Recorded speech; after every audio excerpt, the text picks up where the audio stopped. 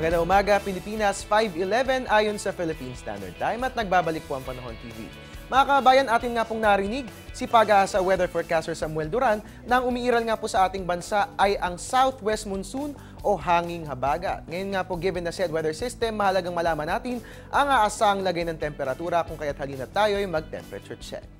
Unahin po natin dito sa atin sa Luzon, sa Tuguegarao, Legazpi at Puerto Princesa, magkakaparehas pong mataas ang ating temperatura. Meron tayong 24 to 31 degrees Celsius. Asahan natin ang maulang panahon. Habang dyan naman po sa Baguio City, as usual, mababa naman po ang aasahang lagay ng temperatura. Magiging malamig po dyan. Meron tayong 16 to 18 degrees Celsius. Asahan po natin ang rain showers or thunderstorms sa nabanggit na lugar.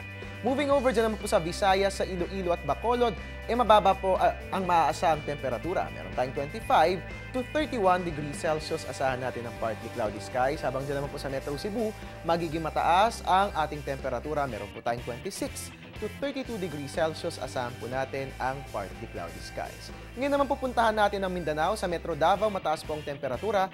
Meron po tayong 25 to 32 degrees Celsius. Asahan po ang fair weather dyan. Habang sa Cagayan de Oro, mababa po ang temperatura dyan. Meron tayong 24 to 31 degrees Celsius. Asahan naman natin ang partly cloudy skies. Ngayon naman puntahan natin ang weather conditions sa selected areas ng bansa.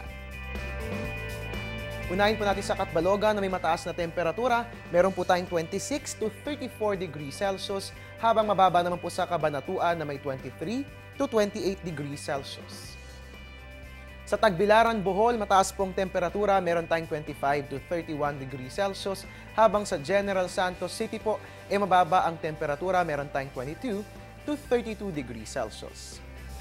And again, sa mga kambayan natin na kagigising pa lamang po, lalong-lalo na sa mga estudyante, tingnan po ang ilalim na bahagi ng ating television screens. Sa gayon ay makita po natin ang mga listahan ng mga eskwelahan kung saan suspendido ang klase para sa araw na ito. Ngayon naman, puntahan naman po natin ang public storm warning signals ng Pag-asa. Sa gayon ay hindi tayo mahuli sa napapanahong kaalaman.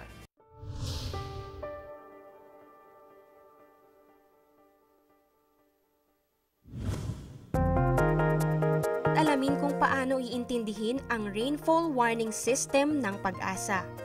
Ang yellow signal ay nangangahulugan ng aware. Ibig sabihin, posibleng magkaroon ng baha sa mga mababang lugar. Ang orange signal naman ay nangangahulugan ng prepare. Sa ganitong sitwasyon, meron ng baha at posible itong tumaas pa. Ang red signal ay nangangahulugan ng take action. Higit pang tataas ang baha at dapat nang lumikas ang mga residente. Tandaan ang kahulugan ng rainfall warning system bilang gabay sa susunod na pag-ulan.